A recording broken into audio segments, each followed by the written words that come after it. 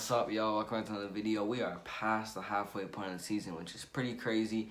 Well, I mean, most teams are like 35 games in, but we're past the halfway point of the season. And at that point, we usually have an all-star game. In fact, we always have an all-star game.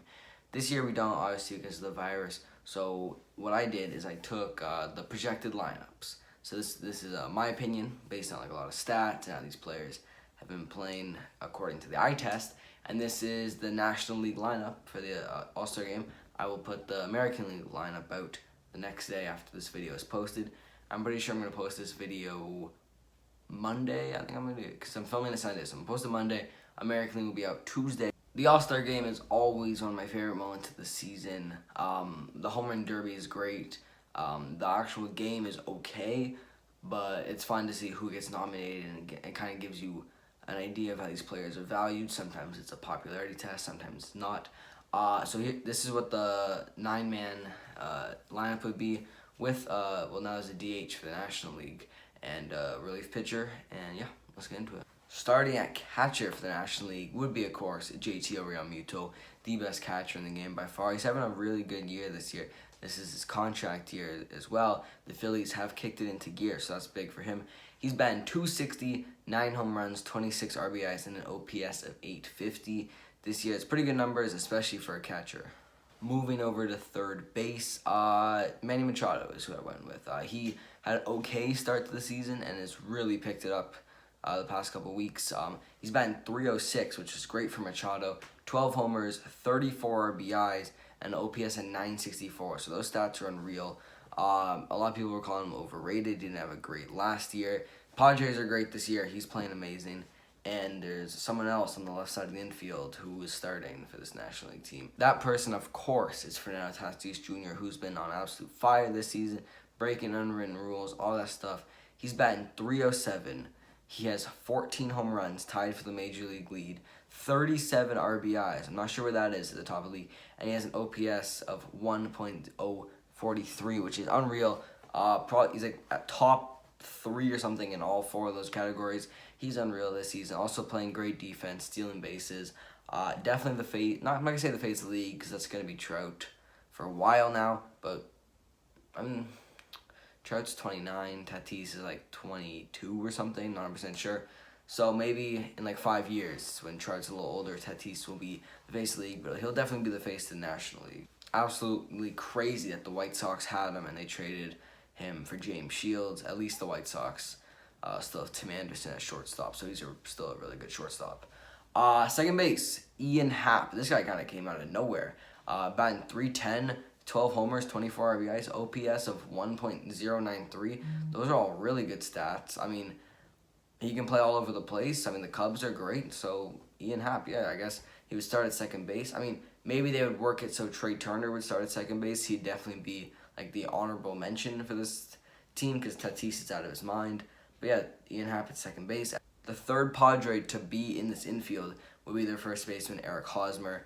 He's batting .286, okay. 8 homers, all right. 31 RBIs is really good. OPS 898 is pretty good. First base, there has not been the great first basemen of past in the NL. Freddie Freeman's doing all right this year, but not great. I think I would still go with Hosmer if the Padres doing amazingly.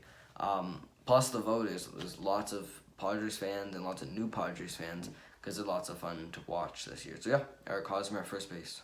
Going to the outfield next. The 3-man outfield would consist of Juan Soto, Mookie Betts, and Marcell Ozuna. I'm not sure who would play center field. I guess Mookie. Starting with Soto, he had that COVID. He was tested positive for COVID the first day of the season. He's been .354 this year. 11 home runs, 26 RBIs, OPS of 1.211. That's got to be first in the league. It is first in the league, actually. I remember that. He's crazy. Been .350. I didn't even realize that. I picked him with my first pick on my fantasy team there with a couple of my friends, and he's definitely paid off.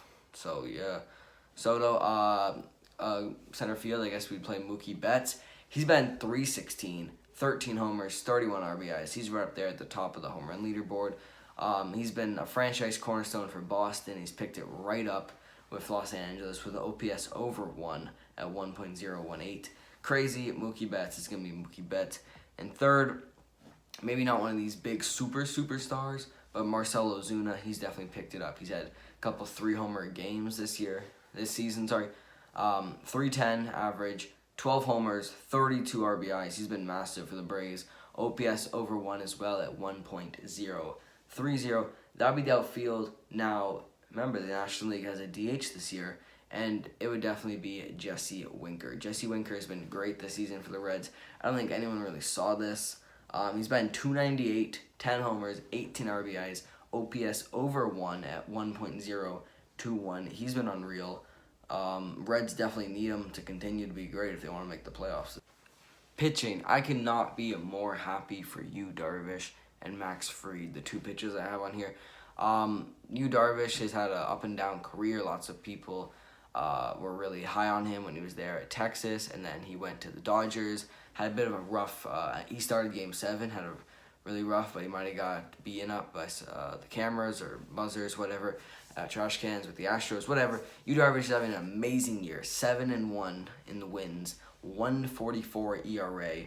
He's striking at 63 batters with only 8 walks, WHIP of .88. He is unreal this season. He's obviously using pine tar. If you've seen the photos, the videos, doesn't matter. Practically all pitchers are using pine tar. Some hitters say they even like it when the pitchers use pine tar. Maybe there's just a couple players. They said it because they don't want breaking balls or fastballs slipping out of the pitcher's hands and hitting them.